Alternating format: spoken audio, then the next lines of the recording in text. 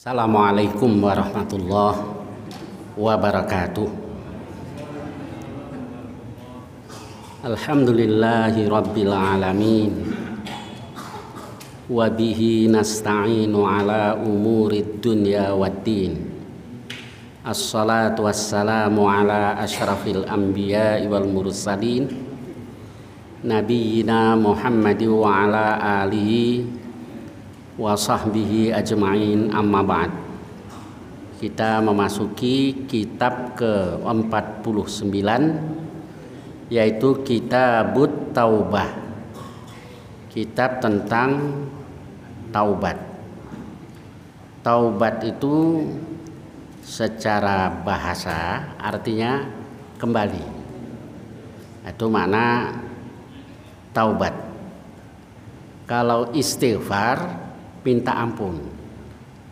Berarti taubat lebih mencakup daripada istighfar. Kemudian para ulama, diantaranya Imam Nawawi, mengutip pendapat para ulama bahwa syarat taubat itu 3. Kalau 3 syarat itu dipenuhi, insya Allah taubatnya diterima oleh Allah. Yang pertama, ayyuqli'a anil ma'siyah. Dia lepas, dia berhenti dari maksiat. Jadi syarat yang pertama, stop, berhenti. Kalau bolak-balik ya belum aman, diampuni atau tidak oleh Allah. Yang kedua, wa ayyandama ala fi'liha. Seseorang menyesal karena telah melakukannya. Nah, ini semua syarat tadi harus terpenuhi. Ada orang berhenti tapi tidak menyesal. Tumben loh, malam minggu biasanya ke tempat gituan. Aneh sekarang nggak punya duit, nggak kayak dulu lagi. Berhenti, saya berhenti, tapi tidak menyesal. Kalau dia menyesal, dia istighfar, dia minta ampun kepada Allah. Ada yang menyesal tapi tidak stop, nyesel, dia nangis, dia minta ampun, besok kembali lagi, malam harinya minta ampun lagi, nangis-nangis, besok begitu lagi. Jadi berarti belum terpenuhi 2 syarat tadi. Nah, yang ketiga, wa ayya'zima alla ya'uda ilaiha abadan. Seseorang mesti berazam, bertekad bahwa dia tidak akan kembali kepada dosa itu selamanya.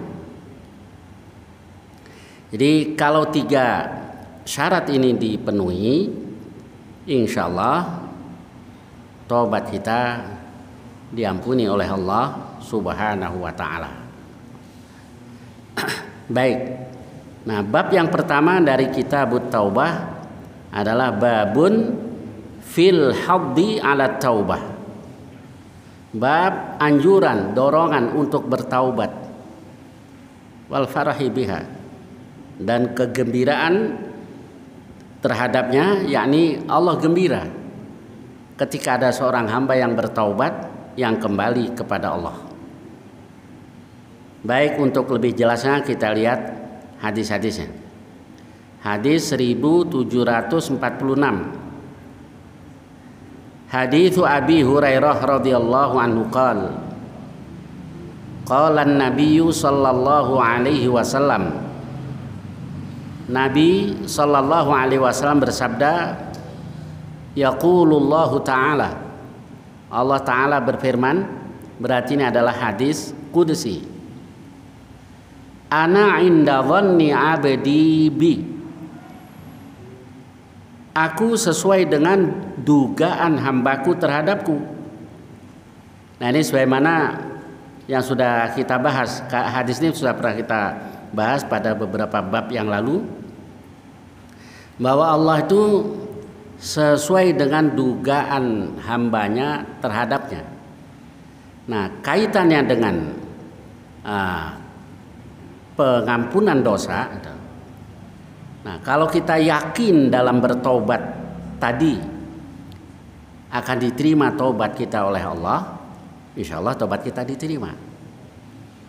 Sama juga kalau kita memohon sesuatu kepada Allah, syarat yang pertama yakin bahwa doa kita diterima oleh Allah Subhanahu wa Ta'ala. Dan seorang mukmin itu dipesan oleh Rasul, la yamutanna mu'min illa wa huwa yuhsinu dhanna billah. Seorang mukmin jangan sekali-kali dia mati kecuali dia dalam keadaan berprasangka baik terhadap Allah. Jadi pesan Rasul, mau mati itu kita husnudzon. Insya Allah tobat saya diterima Allah, dosa saya diampuni Allah, amal saya diterima Allah. Harus husnudzon. Tapi husnudzon ini nggak bisa juga dibuat-buat. Sebab kata Rasul, nanti ada orang yang datang ke haribaan Allah tidak membawa pahala apapun. Begitu ditanya oleh Allah, kok nggak bawa pahala apa-apa? Kunna nuhsinu dhanna billah.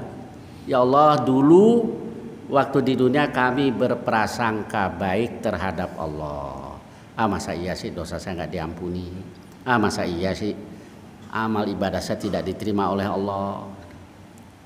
Kata Rasul, in ahsanu dhanna ahsanul amal.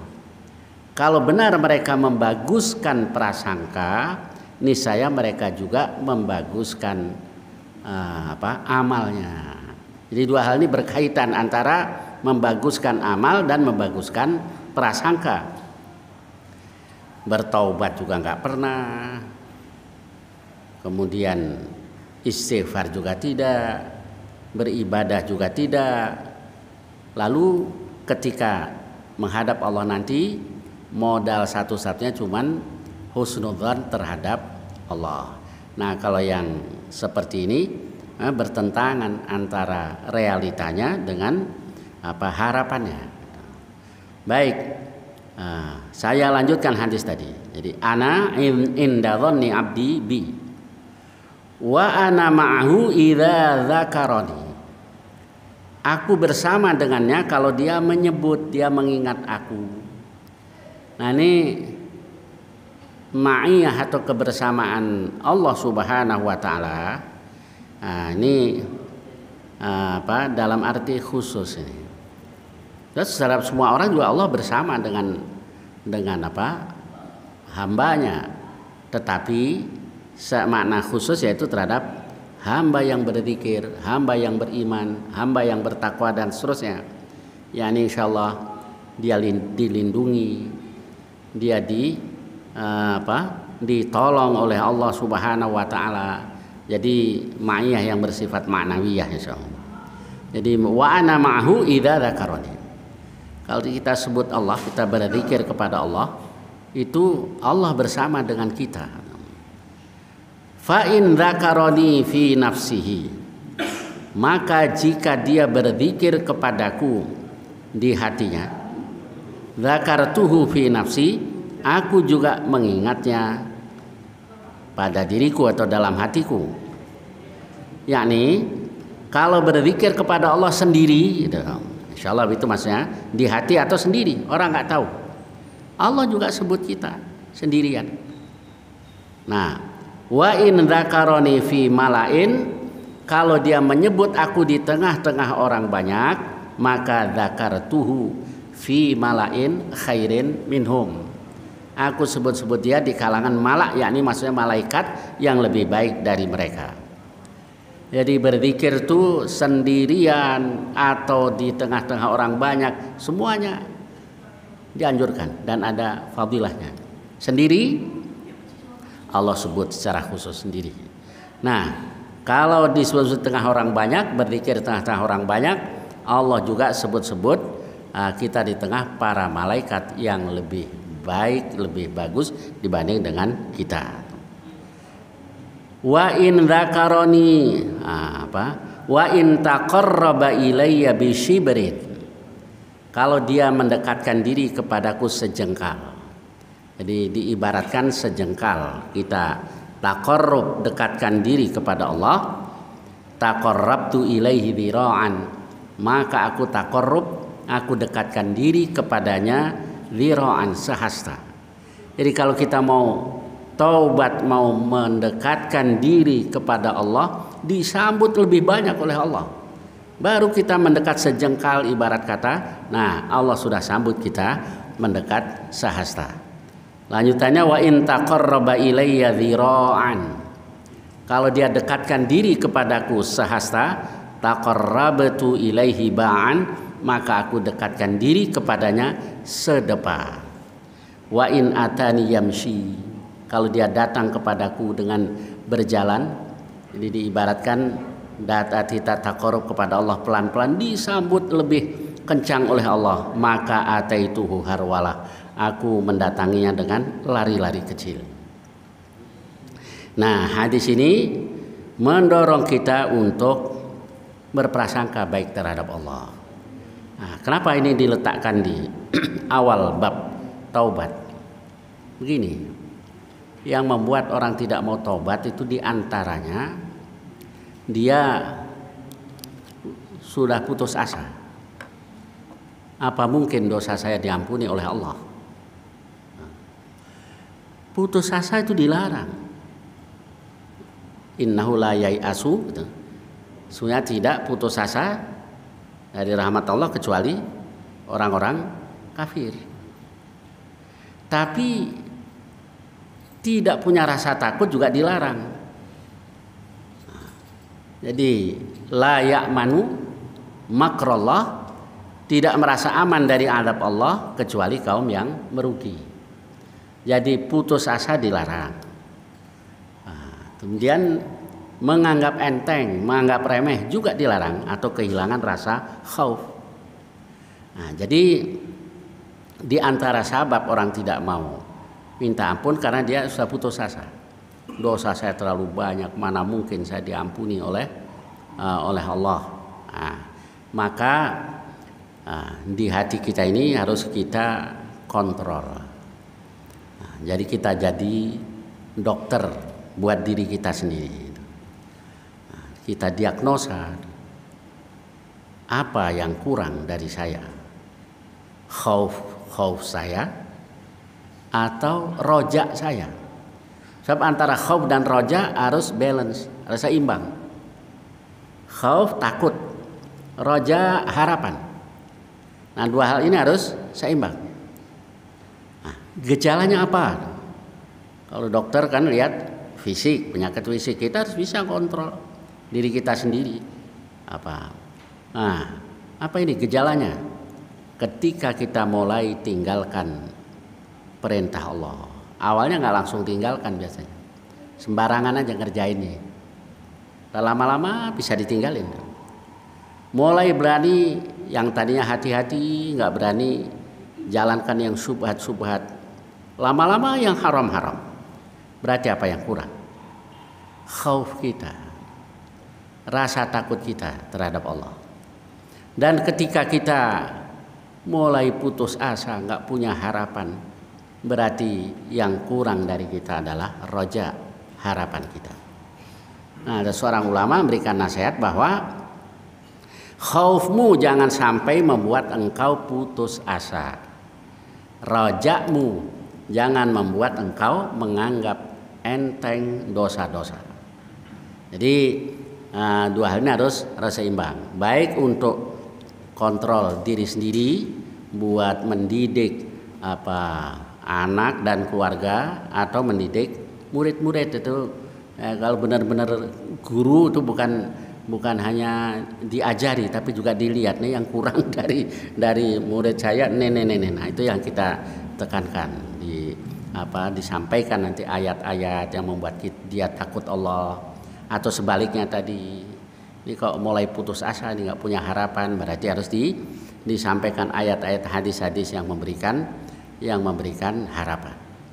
Nah, dalam mengajar atau mendidik tadi juga harus ada keseimbangan antara roja dan khauf. Ada orang yang diajarkan pokoknya ancaman terus. Di Quran juga kan seimbang, ada basyira wa nadhira. Tabsyir, tangzir. Memberi kabar gembira dan juga memberikan ancaman, juga ada seimbang. Yang disampaikan ancaman aja, akhirnya ketakutan orang. Sebaliknya ada juga hanya harapan nih Bu, kalau dijalanin nih Masya Allah pahalanya. Tapi nggak pernah dikasih tangzir. Akhirnya ngaji tetap ngaji, maksiat tetap dijalankan. Jadi mesti seimbang antara tafsir dan tangzir tadi.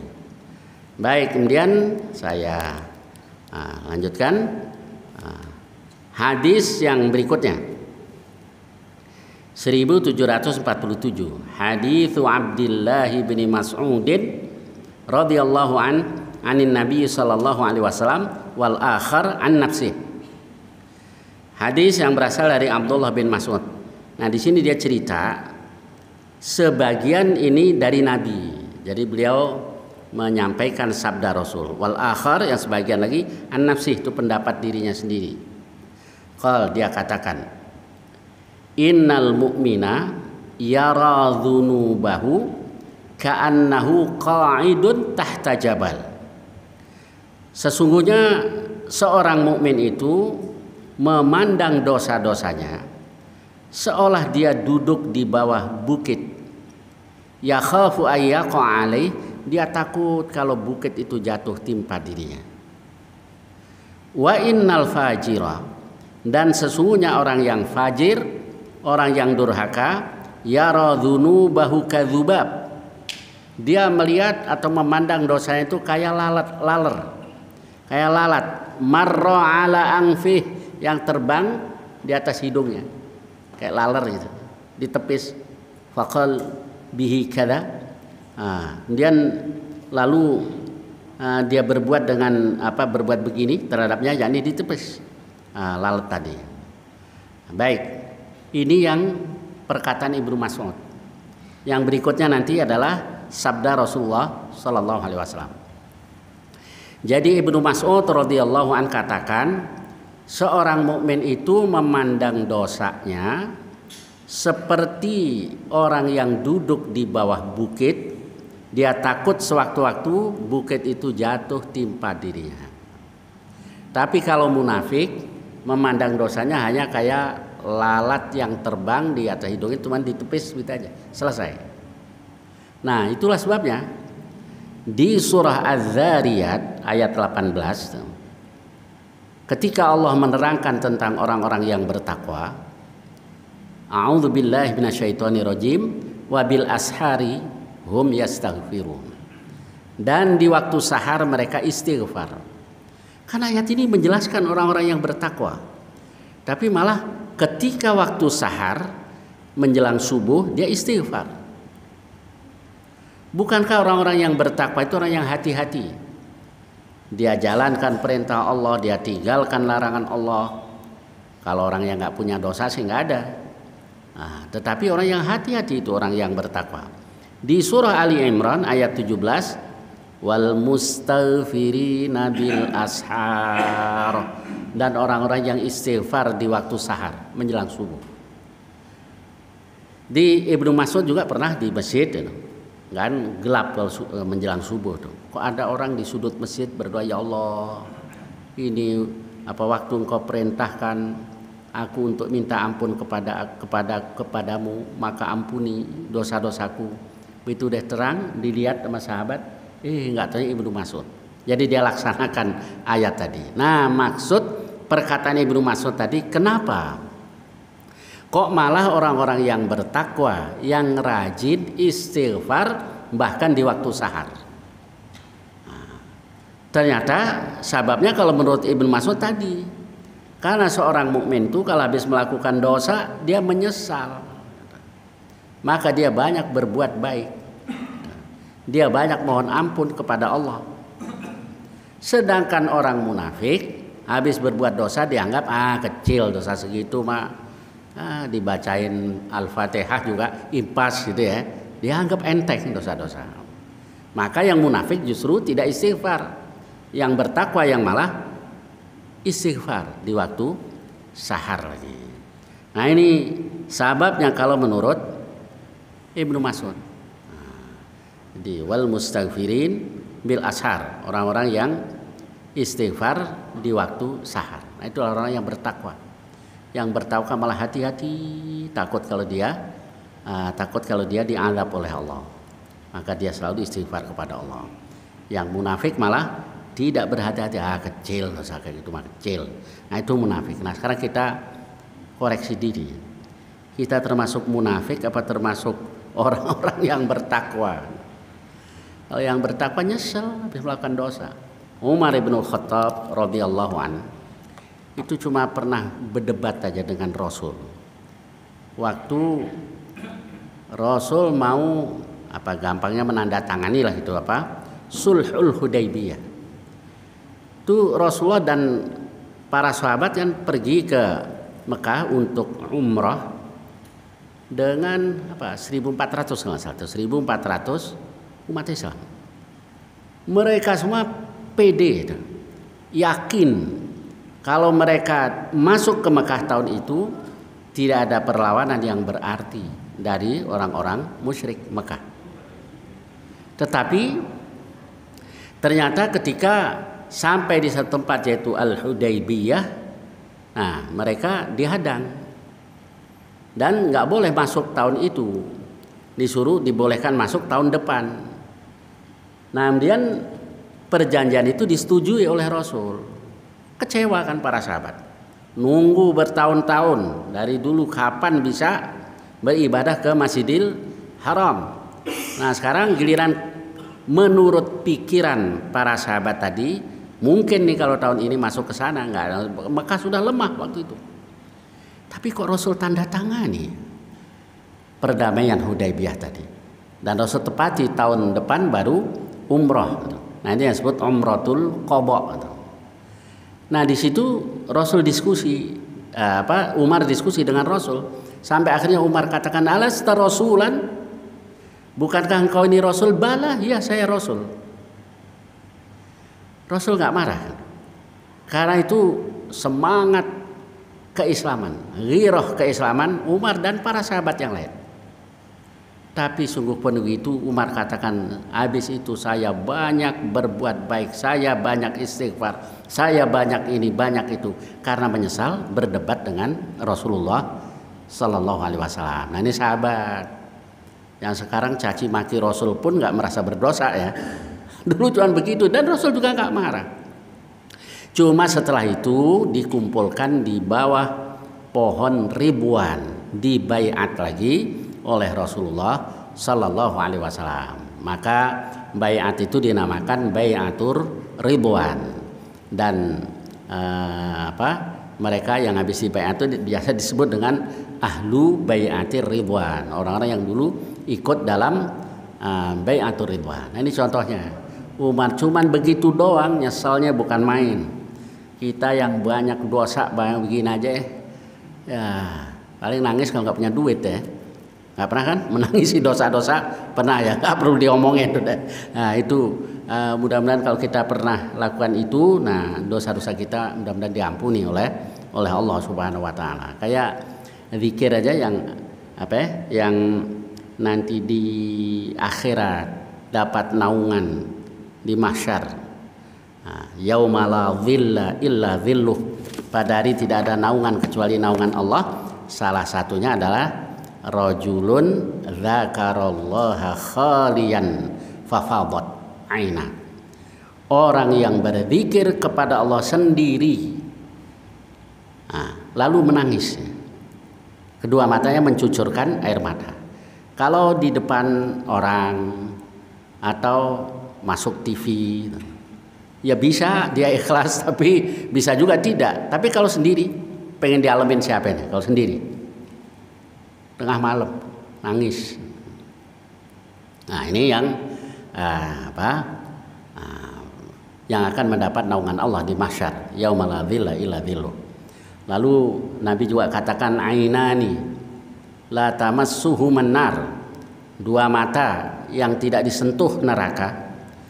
Salah satunya adalah ainun bakat min khosyatillah, mata yang menangis karena takut terhadap Allah, nggak disentuh neraka. Yang kedua wa ainun batat tahrusu fi sabilillah, mata yang melek yang tidak tidur karena berjaga-jaga dalam peperangan di jalan Allah. Ini dua mata yang ini nggak akan disentuh oleh neraka. Baik, kita kembali ke hadis yang kita pelajari tadi. Baik, jadi ini sebabnya kenapa orang-orang yang bertakwa justru istighfar, terutama di waktu sahar. Kalau yang pahalanya besar-besar, yang balasannya besar-besar, berat-berat semua ya, waktu sahar paling enak, ngeringkuk, tidur, tarik selimut, paling enak. Nah, itu yang pahalanya besar. Apa ya? Ibaratnya beginilah. Nah, kalau pengen dapat bonus, lembur. Kita maunya bonus doang, lembur kagak. Maunya mah tidur-tiduran aja ya, tapi tahu-tahu dikasih bonus oleh Allah. Ya harus lembur. Nah, di antaranya nih. Baik, kemudian yang kedua. Nah, yang kedua ini yang disampaikan oleh Ibnu Mas'ud ini adalah sabda Rasulullah sallallahu alaihi wasallam. Tsumma qala. Kemudian Ibnu Mas'ud katakan, "Lallahu afrahu bi taubati 'abdihi min rajulin nazala mangzilan." Sungguh Allah lebih bergembira terhadap taubat hambanya min rajulin nazala mangzilan, daripada seorang lelaki yang singgah di satu tempat, wabihi mahlakah, dan padanya ada mahlakah. Mahlakah itu kebinasaan. Maksudnya orang yang datang ke situ biasanya mati, yang menempuh perjalanan itu. Wa ma'ahu rahilatuh, dan bersamanya ada kendaraannya. Alaiha ta'amuhu wa syarabuh, yang di atasnya ada makanan dan minumannya. Fawadu'a ra'sahu, dia letakkan kepalanya. Fanama naumatan, dia tidur.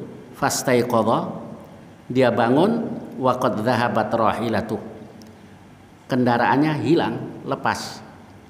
Hatta idza staddat alaihi al-harru wal 'atash, hingga ketika sudah sangat panas dan haus untuknya. Au masyaallah, atau yang Allah kehendaki, qal, dia katakan, arji'u ila makani, aku akan kembali ke tempatku.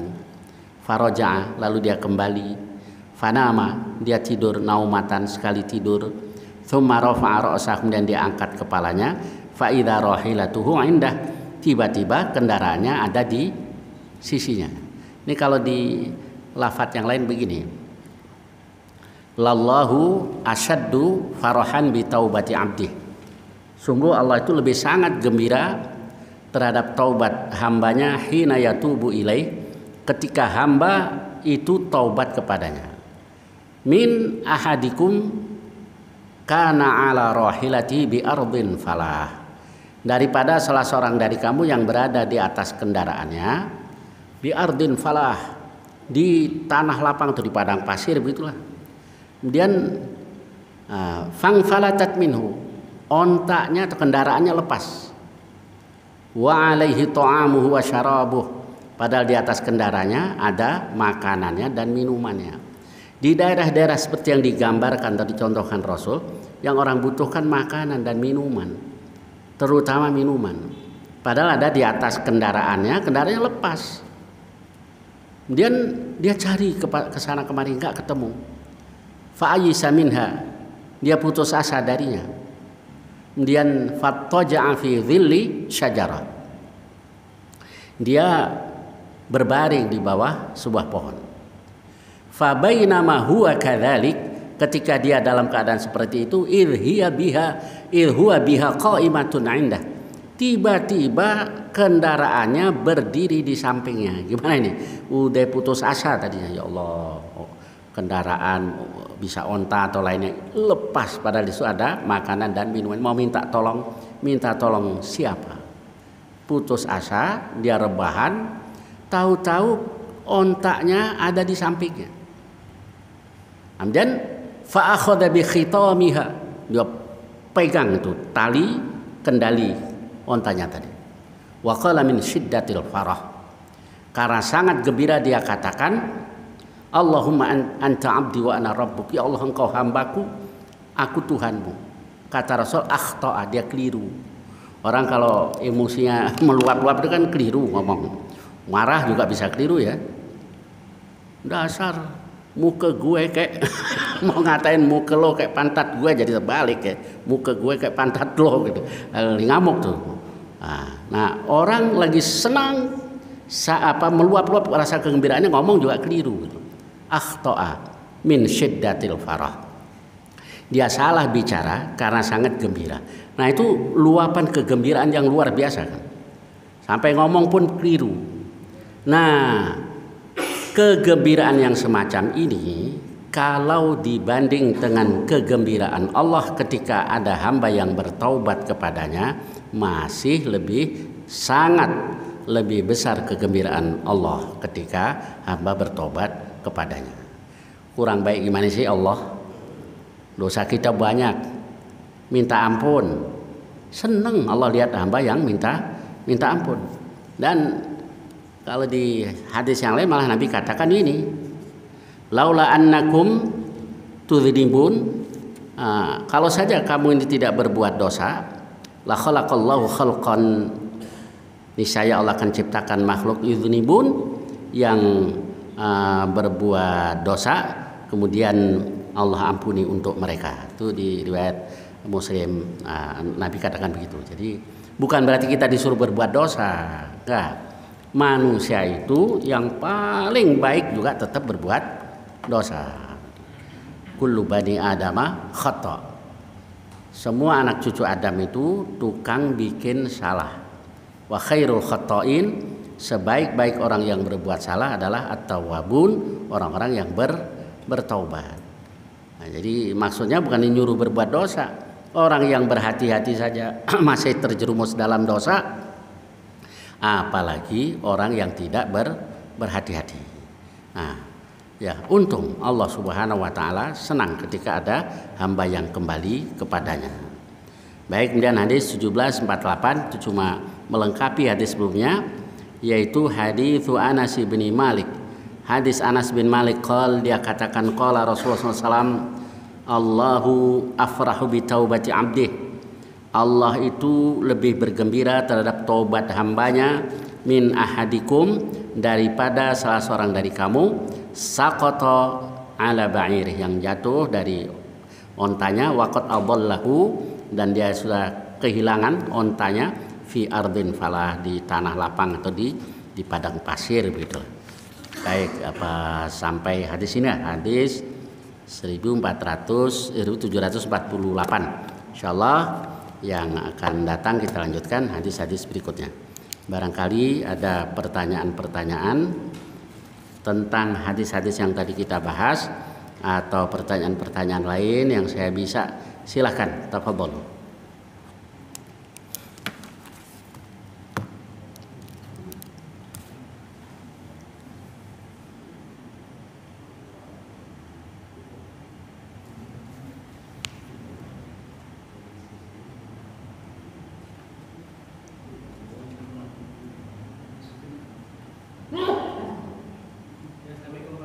Ya, waalaikumsalam warahmatullahi wabarakatuh.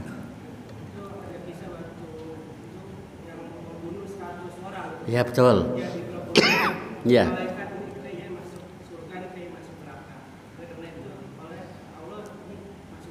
Ya, ya.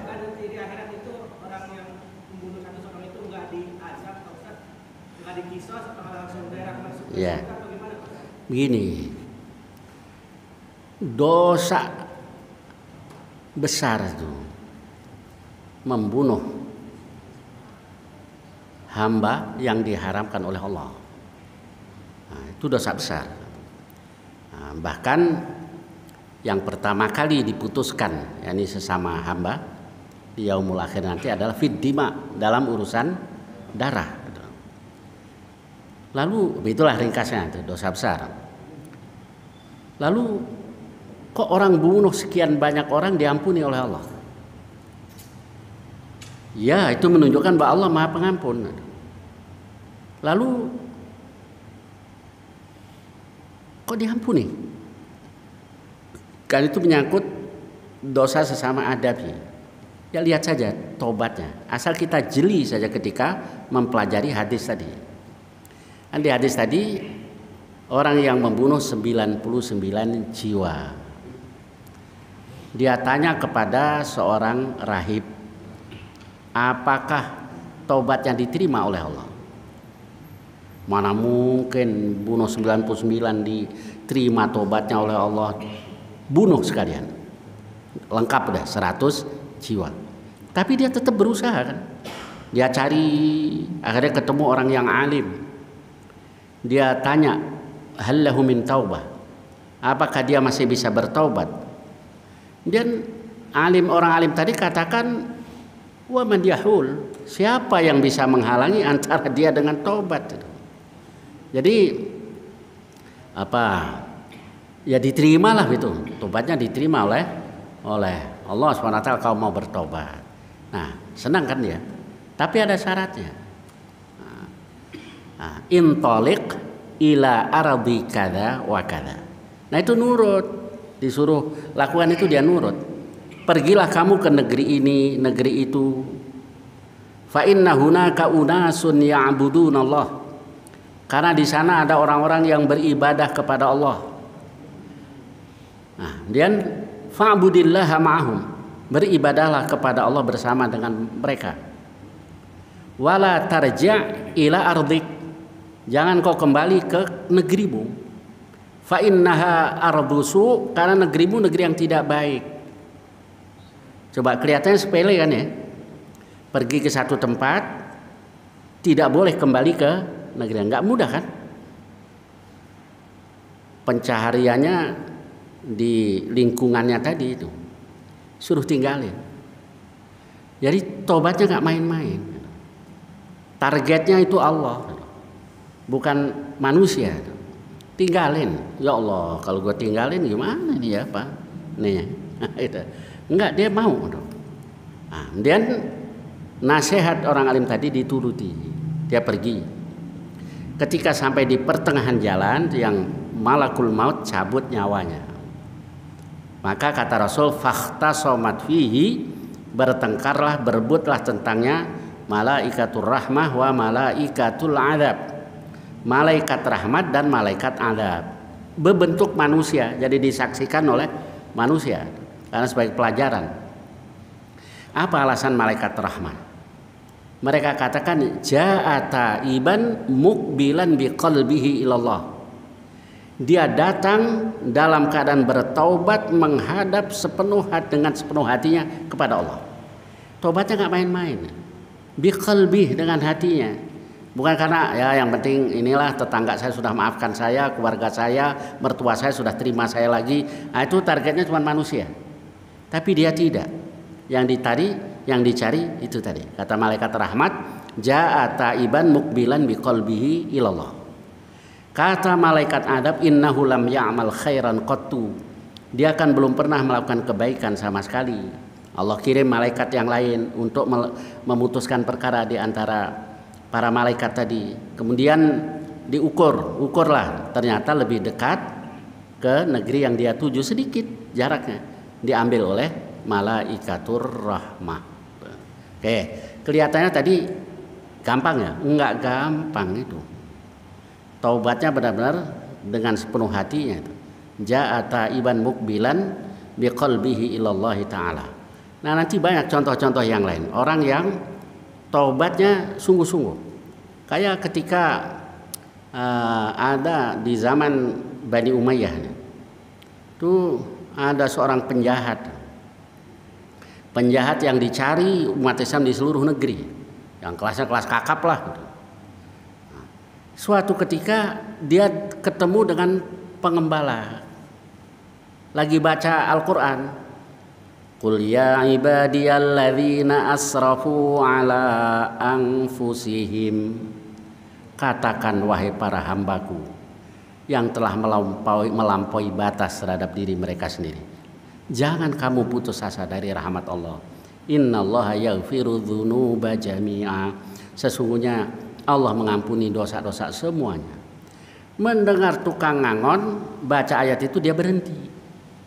Ai Abdullah, aidda ma taqul. Wahai hamba Allah, ulangi yang kau katakan tadi. Dibacain lagi. Dia sadar. Nah, oke, sekarang begitu sudah sadar, apa yang dia lakukan? Dia tahu juga ayat yang lain. Orang yang yuharibunallaha wa rasulah itu kalau sudah tobat sebelum berhasil ditangkap nggak boleh diapa-apain. Dia tahu ayat itu. Dia datang ke Madinah sebelum subuh. Yang pertama ditemui Abu Hurairah. Wahai Abu Hurairah, saya sudah tobat. Saya tidak boleh dihukum kan? Iya, betul. Habis sholat subuh orang baru tahu, nah ini dia nih penjahat yang kita cari-cari. Orang mau tangkap dia, mau pukul dia, Abu Hurairah yang larang. Jangan, dia sudah bertobat sebelum kita berhasil untuk menangkapnya. Lalu dibawa oleh Abu Hurairah menghadap Marwan, gubernur Madinah waktu itu. Nah, kata Abu Hurairah, dia nggak boleh kita apa-apain karena dia sudah tobat sebelum berhasil kita tangkap. Selesaikan ya kalau kita sekarang nggak dihukum, masyarakat juga sudah mau terima, selesai. Enggak, karena targetnya rupanya ampunan Allah. Maka kemudian dia daftar perang. Waktu itu Islam sudah punya armada laut melawan Romawi di perairan Romawi. Nah, karena dia orang mantan preman kelas ini kan, kelas kakap, jadi berani. Dia perang, kapal yang dikendarai disuruh mepet ke kapal musuh, lalu dia lompat, ketakutan semuanya. Begitu ketakutan, mereka minggir di salah satu sudut kapal, terbalik, mati termasuk dia. Nah, insya Allah syahid. Jadi ini yang contoh orang-orang yang bertobat, tobatnya nggak main-main. Targetnya adalah ampunan Allah Subhanahu wa Ta'ala. Dan masih banyak lagi lah contoh tobat-tobat yang lain itu yang benar-benar karena mengharap ampunan Allah. Insya Allah kalau tobat kita sungguh-sungguh dan yang kita cari itu ampunan Allah, kayak tadi, diampuni dosa kita oleh Allah. Gitu ya, Mas? Ya, silakan. Nah, silakan Pak Ji.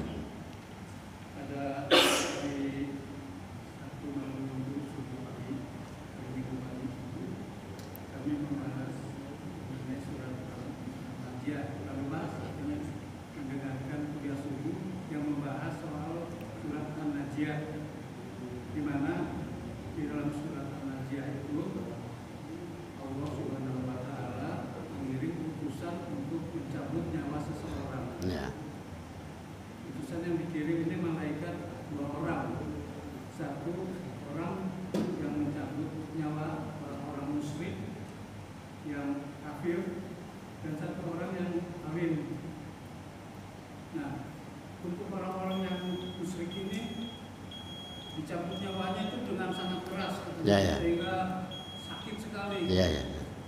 Tapi terhadap orang-orang yang alim, ya. Dicabut nyawanya itu dengan lemah lembut. Ya. Tapi saya itu sering melihat orang yang kafir, orang itu kok sepertinya tidak merasakan apa-apa pada waktu dia dicabut. Ya. Baik, apa? Nah ini, insya Allah tuh tidak seperti yang terlihat gitu. Wan nazi'ati gharqa wan nasyitati nashta, itu kan maksud Pak Ji? Nah, ya betul. Nah, kemudian kenapa kok kadang-kadang kelihatannya orang ini baik ini, tapi kok pakai sakit dulu. Rasul saja ketika mau meninggal, mau wafat, Fatimah itu ngelihat Rasul sakit sampai katakan wa kurba abata, duhai susahnya bapakku. Tapi Nabi menghibur, la kurbali abika ba'dal yaum. Habis hari ini, setelah hari ini tidak ada lagi kesusahan buat bapakmu. Nah, itu contohnya apa? Ketika orang mau nih, jadi insya Allah nggak bisa dilihat cara ini. Nah, gimana matinya orang yang begini? Overdosis, kelojotan nggak? Siapa lah? Tidur. Kelihatannya enak kan ya? Nggak berasa ya kan, kita nggak lihat. Nah ini insya Allah di luar yang bersifat indrawi. Wallahu alam. Sekalipun kadang-kadang juga sama antara yang maknawi dan yang indrawi tadi. Wallahu alam, insya Allah begitu Pak Cik.